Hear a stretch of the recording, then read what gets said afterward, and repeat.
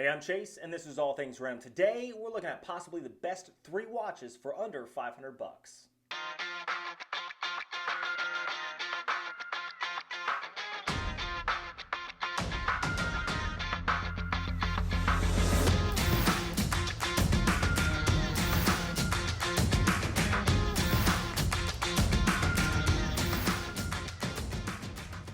Now, anybody who's watched the channel for any period of time knows that this background is slightly different.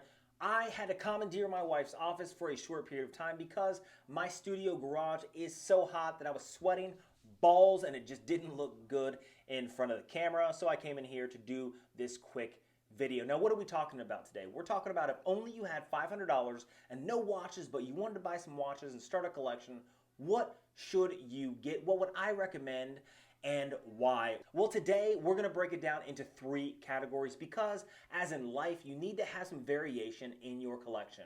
The first category is going to be dress watch. The second one is going to be field or casual. The third one is going to be sport or diver. You're going to have to do some searching when it comes to this stuff. This is what I did. You can find some great deals online. In no way am I affiliated with any of the places I'm going to send you. Now, the first one that I found was on Joma Shop. They were having a sale of 60% off, and I came across the Tissot T-One Swiss Automatic for $280.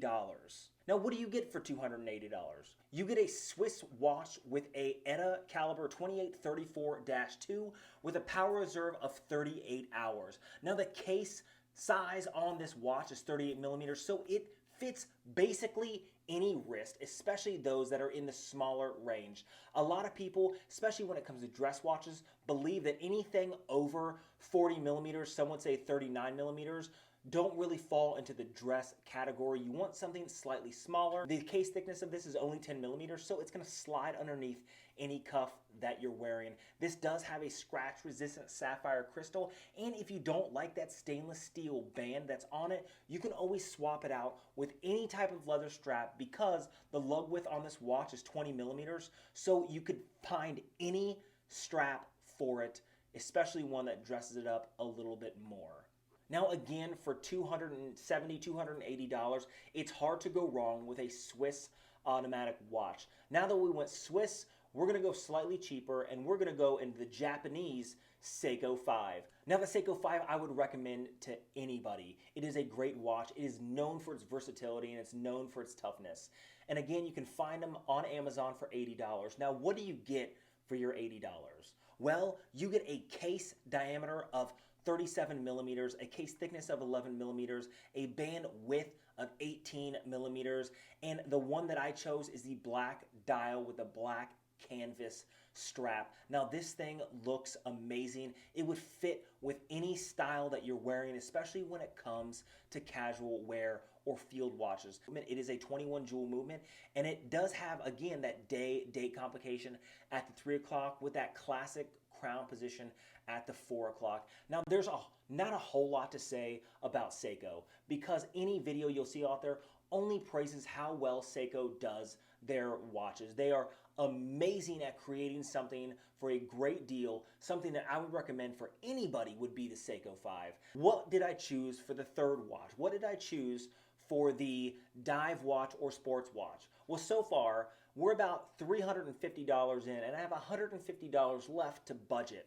Well, honestly, for $150 in a dive watch category, and I never said all these had to be automatics. I could have easily chose quartz watches. However, I chose all 3 automatic with 1 extra automatic watch if you don't like the first dive watch I chose. Now, I could have went Invicta Pro Diver. However, I would never do that to you. So what I chose instead was the Orient Mako XL.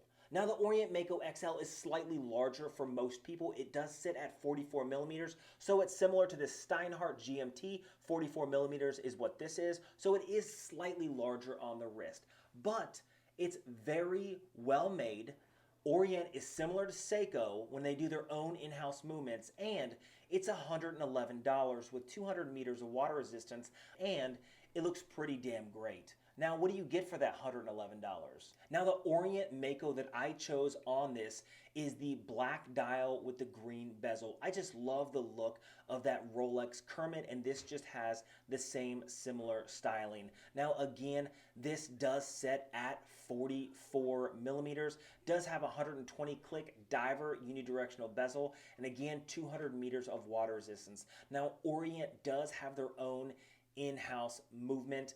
This only has a mineral crystal. Now, this is a great looking watch, has that classic design, full stainless steel bracelet. It is very hard to beat this watch when it comes to your sports watch, except when it comes to number 4.